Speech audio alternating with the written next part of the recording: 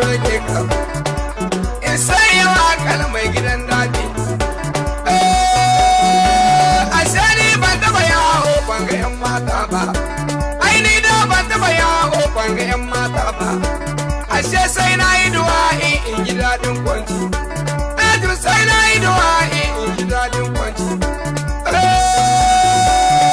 Sama mota ta yi na mata lodi in ji daɗin tuki, mota ta yi an mata lodi